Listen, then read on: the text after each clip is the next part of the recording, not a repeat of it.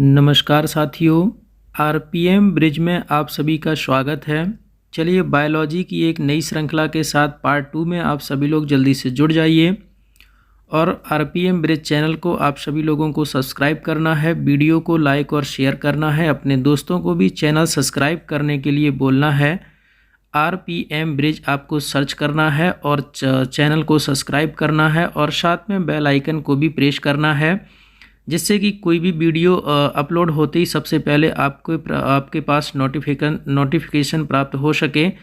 इसलिए आपको सब्सक्राइब करने के साथ साथ आपको बेल आइकन को भी प्रेस कर लेना है और अपने दोस्तों को भी चैनल सब्सक्राइब करवाने के लिए बोलना है और वीडियो को लाइक और शेयर और एक प्यारा सा कमेंट जरूर करिएगा। चलिए श्रृंखला की शुरुआत करते हैं। श्रृंखला की शुरुआत में पहला क्वेश्चन है, जीन का आकार होता है तो आपको बताना है कि जीन का आकार जो है वो कैसा होता है। नियमिताकार होता है, नियमित आकार होता है, या फिर सर्पाकार होता है, या फिर अनियमित आकार के होते हैं, या फिर त्रिशंकु आकार के होते हैं। तो आपको बताना है कि जीन का आकार जो है वो क्या होता है। ये सारे के सारे क्वेश्चन जो हैं रेलवे के गुड्स गार्ड, टीसी आदि एग्जामों में पूछे गए हैं। सारे के सारे आए हुए क्वेश्चन हैं, इंपॉर्टेंट क्वेश्चन हैं, बेहद इंपॉर्टेंट क्वेश्चन रहने वाले हैं रेलवे ग्रुप डी के लिए। तो वीडियो को अंत तक देखिएगा और सभी क्वेश्चन को ध्यान से समझिएगा, वीडियो को शेयर भी करिएगा। चलिए क्वेश्चन की शुरुआत करते हैं। तो जल्दी से बताइए जीन का आकार जो है वो कैसा होता है। तो मैं बताना चाहूँगा कि जीन का आकार जो होता है वो आपका सर्पाकार आकार का होता है। तो इस प्रश्न का सही उत्तर हो जाएगा ऑप्शन नंबर दूसरा, जिसमें लिखा हुआ है सर्पाकार। अगला प्रश्न, किसी आबादी में जीनों के कुल योग को कहते हैं। जीनों के कुल योग को क्या कहा जाता है? जीनोम कहा जाता है या जीन समुदाय कहा जाता है। सॉरी, यहाँ पर मिसटाइप हो गया, ये जन समुदाय नहीं होगा, यहाँ पर आपका लिखा होना चाहिए था जीन समुदाय, यानी कि ऑप्शन नंबर जो आपका दूसरा है वो गलत लिख गया है। यहाँ पर आपका जीन समुदाय होना चाहिए, जन की जगह आपका जीन लिखा होगा। चलिए आप लोग समझ जाइएगा। तो जन समुदाय नहीं, जीन समुदाय होगा, या जीन बस्ती होगा, या ऑटोसोम्स होगा। तो जल्दी से बताइए इस प्रश्न का सही उत्तर क्या रहने वाला है। चलिए मिलवाते हैं प्रश्न के सही उत्तर से। तो इस प्रश्न का सही उत्तर होगा ऑप्शन नंबर सी, जिसमें लिखा हुआ है जीन बस्ती। अगला प्रश्न, जेनेटिक इंजीनियरिंग तकनीकी से निम्नलिखित में पहले किसे बनाया गया था। तो आपको बताना है कि सबसे पहले किसे बनाया गया। ट्रांसजेनिक बैक्टीरिया को बनाया गया, या ट्रांसजेनिक चूहे को बनाया गया, या फिर ट्रांसजेनिक गाय को बनाया गया, या फिर ट्रांसजेनिक बकरी को बनाया गया है। तो जल्दी से बताइए कि प्रश्न का सही उत्तर क्या रहने वाला है। कमेंट बॉक्स में आंसर करिए और बताइए कि इस प्रश्न का सही उत्तर क्या रहने वाला है। चलिए मिलवाते हैं प्रश्न के सही उत्तर से। इस प्रश्न का सही उत्तर होगा ऑप्शन नंबर दूसरा, जिसमें लिखा हुआ है ट्रांसजेनिक चूहे। अगला प्रश्न, निम्नलिखित में से कौन पेड़ के नीचे उगता है। आपको बताना है कि पेड़ के नीचे कौन उगता है। पत्ता गोभी, बंगाल चना, या फिर बादाम, बादाम का दूसरा नाम यानी कि चीलिया बादाम, या फिर रेंडी। तो आपको बताना है। अच्छा, रेंडी होता क्या है तो इसके बारे में थोड़ी सी आपको जानकारी दे दूं। रेंडी एक ऐसा पौधा है जो पेड़ के नीचे उगता है, वह छाया में भी भोजन बनाने की प्रक्रिया को पूरा करता है। तो यहाँ से एक बात इम्पॉर्टेंट निकल के ये आई, वो क्या है कि एक रेंडी एक ऐसा पौधा है जो छाया में भी भोजन बनाने की प्रक्रिया को पूर्ण करता है। तो प्यारे विद्यार्थियों, इस प्रश्न का सही उत्तर हो जाएगा ऑप्शन नंबर चौथा, रेंडी। अगला प्रश्न, श्वसन केंद्र कहाँ स्थित होता है। आपको बताना है कि जो श्वसन केंद्र है वो कहाँ पर स्थित होता है। प्रामस्तिष्क में, सेरेब्रम में, मेडुला में, या फिर फेफड़ा में। तो जल्दी से बताइए इस प्रश्न का सही उत्तर क्या होगा। चलिए मिलवाते हैं प्रश्न के सही उत्तर से। इस प्रश्न का सही उत्तर होगा ऑप्शन नंबर सी, यानी कि मेडुला। मेडुला के बारे में आपको थोड़ी सी जानकारी दे दूं कि श्वसन केंद्र मेडुला आंवलागेटा मस्तिष्क का निचला हिस्सा होता है। यह स्वचालित यानी कि ऑटोमेटिक क्रिया का केंद्र होता है। यह रक्त संचरण एवं श्वसन, बमन, खांसने, छींकने इत्यादि का केंद्र होता है। तो याद रखना है। अगला प्रश्न, मनुष्य का साधारण श्वसन दर कितनी होती है। मनुष्य की आपको साधारण जो है नॉर्मल जो है वो श्वसन दर बतानी है। तो मनुष्य की साधारण श्वसन दर जो होती है वो आपको याद रखनी है 15 से 18 बार की होती है। तो इस प्रश्न का सही उत्तर हो जाएगा ऑप्शन नंबर ए, जिसमें लिखा हुआ है 15 से 18 बार, ऑप्शन नंबर ए। अगला प्रश्न, पौधों का वह भाग जो पानी को जड़ों से पौधों के अनेक भागों में ले जाता है वह है। यानी कि आपको बताना है कि पौधे का कौन सा भाग है जो पानी को पौधों तक या अनेक भागों तक ले जाता है। फ्लोएम के द्वारा, जाइलम के द्वारा, ड्यूडिनस के द्वारा, ड्यूडिन्म के द्वारा या फिर स्केलर सीड्स के द्वारा। तो आपको बताना है कि इस प्रश्न का सही उत्तर क्या होगा। चलिए बताते हैं। इस प्रश्न का सही उत्तर होगा ऑप्शन नंबर दूसरा, जिसमें लिखा हुआ है जाइलम। रिपीटेड क्वेश्चन है, कई बार कई एग्जामों में पूछा गया क्वेश्चन है, इंपॉर्टेंट क्वेश्चन है ये। चलिए अगले प्रश्न पर चलते हैं। श्वसन है, तो आपको बताना है कि श्वसन जो है वो क्या है। अपचयन प्रक्रिया है, उपचयन प्रक्रिया है, या फिर उपर्युक्त दोनों, या फिर इनमें से कोई नहीं। तो जल्दी से बताइए प्रश्न का सही उत्तर क्या होगा। चलिए मिलवाते हैं प्रश्न के सही उत्तर से। इस प्रश्न का सही उत्तर होगा अपचयन प्रक्रिया। अगला प्रश्न, पौधों में गैसों का विनिमय किसके द्वारा होता है। तो आपको बताना है कि पौधों में गैसों का जो विनिमय है वो किसके द्वारा होता है। तो जल्दी से बताइए, स्टोमेटा के द्वारा, लेंटिकल्स के द्वारा, क्यूटिकल्स के द्वारा, या फिर यह सभी। तो आपको बताना है कि इस प्रश्न का सही उत्तर क्या होगा दिए गए विकल्पों में से। चलिए मिलवाते हैं प्रश्न के सही उत्तर से। इस प्रश्न का सही उत्तर हो जाएगा ऑप्शन नंबर ए, स्टोमेटा। चलिए आपको थोड़ी सी स्टोमेटा के बारे में जानकारी दे देते हैं। पौधों में गैसों का विनिमय स्टोमेटा के द्वारा होता है। पौधों की पत्तियों में पाया जाने वाला यह अति सूक्ष्म छिद्र होता है। चलिए अगले प्रश्न से मिलवाते हैं। श्रृंखला का अगला प्रश्न है, बच्चों का लिंग मुख्य रूप से निर्भर करता है। तो जल्दी से बताइए। इंपॉर्टेंट और रिपीटेड क्वेश्चन है, सरल क्वेश्चन है। आंसर आप लोग समझ गए होंगे कि इस प्रश्न का सही उत्तर क्या रहने वाला है। तो इस प्रश्न का सही उत्तर होगा ऑप्शन नंबर ए, जिसमें लिखा हुआ है पिता पर। तो बच्चों का लिंग जो है मुख्य रूप से पिता पर निर्भर करता है, बिल्कुल सही बात है।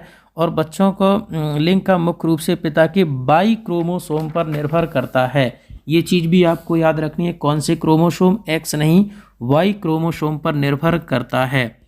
अगला प्रश्न, परागण के निम्न में से कौन सा तत्व आवश्यक नहीं है। तो आपको बताना है परागण के लिए कौन से तत्व की जरूरत नहीं होती है। हवा की, आग की, पानी की, या फिर कीट की। तो जैसा कि आपने क्वेश्चन को पढ़ा होगा, पता चल गया होगा कि भाई हाँ बिल्कुल आग की कोई भी ज़रूरत नहीं होती है। तो इस प्रश्न का सही उत्तर हो जाएगा ऑप्शन नंबर दूसरा। उसके अलावा हवा, पानी और कीट की हमें ज़रूरत होती है परागण करने के लिए। अगला प्रश्न, आधुनिक आनुवंशिकता का सिद्धांत किसने दिया। आपको बताना है कि आधुनिक आनुवंशिकता का जो सिद्धांत है वो किसके द्वारा दिया गया। ग्रेगर मेंडल के द्वारा, डार्विन के द्वारा, लेमार्क के द्वारा, या फिर इनमें से कोई नहीं। तो इम्पॉर्टेंट और रिपीटेड क्वेश्चन है। चलिए बताइए प्रश्न का सही उत्तर क्या होगा। तो प्यारे साथियों, इस प्रश्न का सही उत्तर हो जाएगा ऑप्शन नंबर ए, जिसमें लिखा हुआ है ग्रेगर मेंडल। अगला प्रश्न, जीन्स को बनाने वाले डीएनए की डबल हेलिकल संरचना किसने प्रतिपादित की। बहुत ही इंपॉर्टेंट क्वेश्चन है रेलवे के लिए, रेलवे ग्रुप डी के लिए। तो जल्दी से बताइए। मदान व Pierre Curie, William Harvey, Watson एवं क्रिक, या फिर ग्रेगर जॉन मेंडल। तो मैं आपको बता दूं इस प्रश्न का सही उत्तर होगा ऑप्शन नंबर सी, जिसमें लिखा हुआ है वाटसन एवं क्रिक। अगला प्रश्न, एचआईवी में किस तरह का रहने डीएनए पाया जाता है। आपको बताना है एचआईवी में किस तरह का आरएनए या डीएनए पाया जाता है। प्यारे विद्यार्थियों, यहाँ पर आरएनए लिखना छूट गया है। यहाँ पर डीएनए से पहले आपको आरएनए और नोट करना है। यानी कि पूरा क्वेश्चन ये है कि एचआईवी में किस तरह का आरएनए और डीएनए पाया जाता है। तो आपको याद रखना है आरएनए भी यहाँ पर आपको लिखना है। आरएनए जो है वो छूट गया है, डीएनए से पहले आरएनए होगा। पूरा क्वेश्चन ये होगा एचआईवी में किस तरह का आरएनए ऑब्लिक डीएनए पाया जाता है। तो तो जल्दी से बताइए इस प्रश्न का सही उत्तर क्या होगा। इंपॉर्टेंट क्वेश्चन है। Single stranded DNA, double stranded RNA, double stranded DNA या सिंगल स्ट्रैंडेड आरएनए। तो जल्दी से बताइए प्रश्न का सही उत्तर क्या होगा। चलिए मिलवाते हैं प्रश्न के सही उत्तर से। इस प्रश्न का सही उत्तर होगा ऑप्शन नंबर चौथा, सिंगल स्ट्रैंडेड आरएनए, यानी कि ऑप्शन नंबर चौथा वाला। अगला प्रश्न, कोशिका में भोजन या ग्लूकोज का ऑक्सीकरण कहाँ होता है, ये आपको बताना है। क्रोमोसोम्स में होता है, कोशिका द्रव्य में होता है, या फिर केंद्रक में होता है, या फिर माइटोकॉन्ड्रिया में होता है। बहुत ही इंपॉर्टेंट क्वेश्चन है। तो इस प्रश्न का सही उत्तर बनने वाला है ऑप्शन नंबर चौथा, यानी कि माइटोकॉन्ड्रिया। चलिए मिलवाते हैं श्रृंखला के अगले प्रश्न से। श्रृंखला का अगला प्रश्न है, एक मूल ग्लूकोज के संपूर्ण ऑक्सीकरण से कितने अणु एटीपी बनते हैं, ये आपको बताना है। 28, 40, 52 और 36। तो जल्दी से बताइए कितने अणु एटीपी बनते हैं एक मोल ग्लूकोज को संपूर्ण ऑक्सीकरण होने में। तो जल्दी से बताइए प्रश्न का सही उत्तर क्या होगा। चलिए मिलवाते हैं प्रश्न के सही उत्तर से। तो इस प्रश्न का सही उत्तर होगा ऑप्शन नंबर चौथा, यानी कि 36। अगला प्रश्न, कोशिकाओं में तत्कालीन ऊर्जा उत्पादन करने के लिए निम्नलिखित में से एक लिया जाता है। इंपॉर्टेंट क्वेश्चन है, सरल क्वेश्चन है, बेहद इंपॉर्टेंट क्वेश्चन है, काफ़ी बार रिपीटेड क्वेश्चन है, एग्जामों में पूछा गया क्वेश्चन है। तो चलिए मिलवाते हैं प्रश्न के सही उत्तर से। इस प्रश्न का सही उत्तर हो जाएगा ऑप्शन नंबर चौथा, ग्लूकोज। अगला प्रश्न, कोशिका गतिविधियां नियंत्रित की जाती हैं। कोशिका गतिविधियां जो है नियंत्रित कैसे की जाती हैं? क्लोरोप्लास्ट के द्वारा, माइटोकॉन्ड्रिया के द्वारा, साइकोप्लाज्मा द्वारा, या फिर न्यूक्लियस के द्वारा। तो जल्दी से बताइए प्रश्न का सही उत्तर क्या रहने वाला है। इंपॉर्टेंट और रिपीटेड क्वेश्चन है। तो प्यारे विद्यार्थियों, इस प्रश्न का सही उत्तर होगा ऑप्शन नंबर चौथा, न्यूक्लियस के द्वारा। अगला प्रश्न, पौधा कोशिका का पावर हाउस किसे कहा जाता है, ये आपको बताना है कि पौधा कोशिका का पावर हाउस जो है वो किसको कहा जाता है। लाइसोसोम, सेंट्रोसोम, राइबोसोम या फिर माइटोकॉन्ड्रिया। तो जल्दी से बताइए प्रश्न का सही उत्तर क्या रहने वाला है।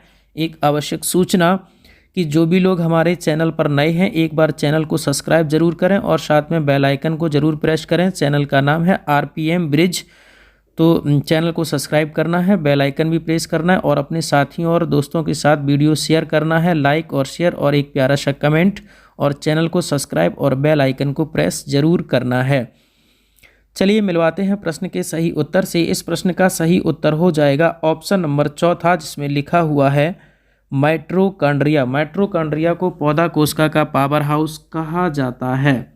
चलिए अगला प्रश्न, पौधों में पांडुरीकरण होता है। पौधों में पांडुरीकरण कब होता है? उन्हें तीव्र प्रकाश में उगाते हैं, उन्हें अंधेरे में उगाते हैं, उन्हें ऊपर से काट देते हैं, या फिर उन्हें पानी नहीं दिया जाता है। तो जल्दी से बताइए प्रश्न का सही उत्तर क्या रहने वाला है। चलिए मिलवाते हैं प्रश्न के सही उत्तर से। इस प्रश्न का सही उत्तर होगा ऑप्शन नंबर दूसरा, कि उन्हें अंधेरे में उगाते हैं, यानी कि ऑप्शन दूसरा इस प्रश्न का सही उत्तर बनेगा। चलिए अगला प्रश्न, आलू किस कुल का पौधा है, ये आपको बताना है। Gramineae, Compositae, Solanaceae, Cucurbitaceae. बहुत ही इंपॉर्टेंट क्वेश्चन है रेलवे ग्रुप डी के लिए। इस प्रश्न का सही उत्तर होगा ऑप्शन नंबर सी। आंसर याद रखिएगा, रिपीटेड कई बार आया हुआ क्वेश्चन है, याद रखना है। आलू जो है वो किस कुल का पौधा होता है? तो वो सोलोनेसी कुल का पौधा होता है। अगला प्रश्न, निम्नलिखित में से कौन सा रोग बैक्टीरिया से होता है? कौन सा रोग बैक्टीरिया से होता है, ये आपको बताना है। तपेदिक, पीलिया, चेचक या फिर मम्प्स। तो आपको बताना है इस प्रश्न का सही उत्तर क्या होगा। तो प्यारे साथियों, इस प्रश्न का सही उत्तर हो जाएगा ऑप्शन नंबर ए, जिसमें लिखा हुआ है तपेदिक। अगला प्रश्न, एमिनो अम्ल मिलते हैं। तो आपको बताना है कि एमिनो अम्ल किस में मिलते हैं? स्टार्च में मिलते हैं, वसा में मिलते हैं, तेल में मिलते हैं, या फिर प्रोटीन में मिलते हैं। तो आपको बताना है कि जो एमिनो अम्ल है वो किस में मिलते हैं, किस में पाए जाते हैं। तो इस प्रश्न का सही उत्तर हो जाएगा प्रोटीन में। चलिए प्रोटीन की बारे की थोड़ी सी जानकारी आपको और दे देते हैं। प्रोटीन वस्तुतः एमिनो अम्लों से ही बने होते हैं। मानव शरीर को लगभग 20 प्रकार के एमिनो अम्ल की आवश्यकता होती है। कितने प्रकार के? 20 प्रकार के, जिनमें से लगभग 10 का मानव शरीर स्वयं संश्लेषण कर लेता है। कितने का? 10 का स्वयं खुद कर लेता है शरीर, और जो शेष 10 हैं उन्हें भोजन के द्वारा प्राप्त किया जाता है। मानव शरीर का लगभग 15% भाग एमिनो अम्ल से ही बना होता है। ये याद रखना है। कितने प्रतिशत भाग? 15% भाग। 10 एमिनो अम्ल कौन बनाता है? शरीर स्वयं बना लेता है, और 10 मिलते हैं भोजन के द्वारा। चलिए अगले प्रश्न पर चलते हैं। अगला प्रश्न है, निम्न में से कौन सा युग्म सुमेलित नहीं है? आपको बताना है कि कौन सा युग्म है जो वो सुमेलित नहीं है। जोसेफ लिस्टर कुष्ठ रोग का उपचार, जॉन्स ई साल्क पोलियो के विरुद्ध टीका, ये बात तो बिल्कुल सही है। जॉन्स ई साल्क ने पोलियो का टीका की खोज की थी। अलेक्जेंडर फ्लेमिंग पेंसिलिन की खोज, ये बात भी बिल्कुल सही है। एडवर्ड जेनक चेचक से विरुद्ध टीकाकरण, बिल्कुल ये बात भी सही है। तो ऑप्शन नंबर पहला इस प्रश्न का आंसर बन जाएगा। इस प्रश्न का जो आंसर होगा वो आपका पहला होगा, यानी कि जोसेफ लिस्टर जो हैं उन्होंने कुष्ठ रोग के उपचार का निवारण नहीं किया है। जोसेफ लिस्टर ने एंटीसेप्टिक सर्जरी से संबंधित हैं। तो पहला वाला ऑप्शन जो है वो मैच नहीं होता है। अच्छा, जोसेफ लिस्टर जो हैं वो कुष्ठ रोग उपचार के लिए नहीं जाने जाते हैं, वो जाने जाते हैं एंटीसेप्टिक सर्जरी के लिए। तो इस प्रश्न का उत्तर हो जाएगा ऑप्शन नंबर ए। अगला प्रश्न, अधिकांशतः प्रयोग किया जाने वाला प्रतिजैविक पेंसिलिन बनता है शैवाल से, जीवाणु से, कवक से, रासायनिक साधनों से। तो आपको बताना है किससे बनता है। तो आपका प्रश्न का सही उत्तर हो जाएगा ऑप्शन नंबर सी, कवक से। अगला प्रश्न, लाइकेन 2 जीवों का सहजीवन माना जाता है, वह सूक्ष्म जीव हैं। लाइकेन जो है वो 2 जीवों का सहजीवन माना जाता है, वो 2 कौन कौन से हैं ये आपको बताना है। शैवाल और जीवाणु हैं क्या? शैवाल और कवक, कवक का ही दूसरा नाम होता है फंजाई। शैवाल और ब्रायोफाइट, फंजाई और ब्रायोफाइट। तो आपको बताना है इस प्रश्न का सही उत्तर क्या होगा। चलिए मिलवाते हैं प्रश्न के सही उत्तर से। इस प्रश्न का सही उत्तर होगा शैवाल और कवक, यानी कि ऑप्शन नंबर दूसरा। चलिए इसकी थोड़ी विस्तार से बात कर लेते हैं ऑप्शन दूसरे के बारे में। लाइकेन 2 जीवों का सहजीवन माना जाता है, जिसमें शैवाल और कवक सहजीवन व्यतीत करते हैं। लाइकेन के कवक घटक को माइकोबायंट तथा शैवाल घटक को फाइकोबायंट कहते हैं। ये इम्पॉर्टेंट लाइन निकल के आई कि लाइकान के कवक घटक जो 2 होते हैं उनको क्या कहते हैं?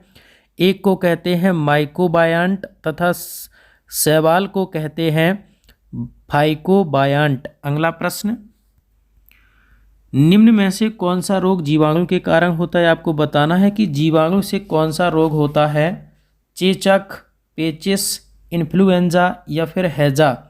तो जल्दी से बताइए कि इस प्रश्न का सही उत्तर क्या होगा। तो प्यारे विद्यार्थियों, इस प्रश्न का सही उत्तर होगा ऑप्शन नंबर चौथा, जिसमें लिखा हुआ है हैजा। अगला प्रश्न, विषाणु द्वारा मनुष्यों में निम्नलिखित बीमारी पैदा होती है। कौन सी बीमारी होती है? इन्फ्लुएंजा, मलेरिया, कॉलरा या फिर दस्त।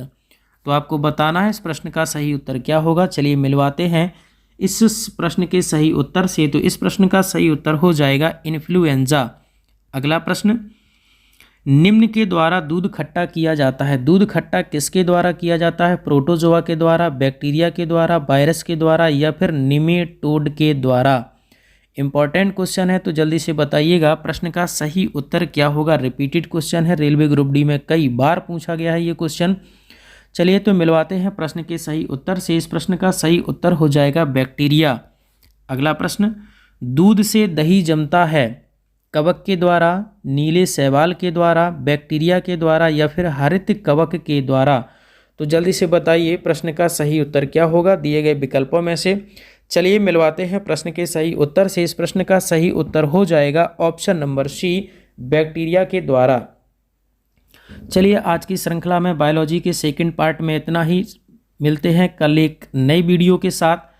तो आप सभी लोग कृपया करके चैनल को एक बार सब्सक्राइब ज़रूर करें और वीडियो को लाइक और शेयर करें। चैनल को सब्सक्राइब करना नहीं भूलना है। वीडियो को लाइक और शेयर और एक प्यारा सा कमेंट करना है। आरपीएम ब्रिज में आप सभी का स्वागत है। धन्यवाद।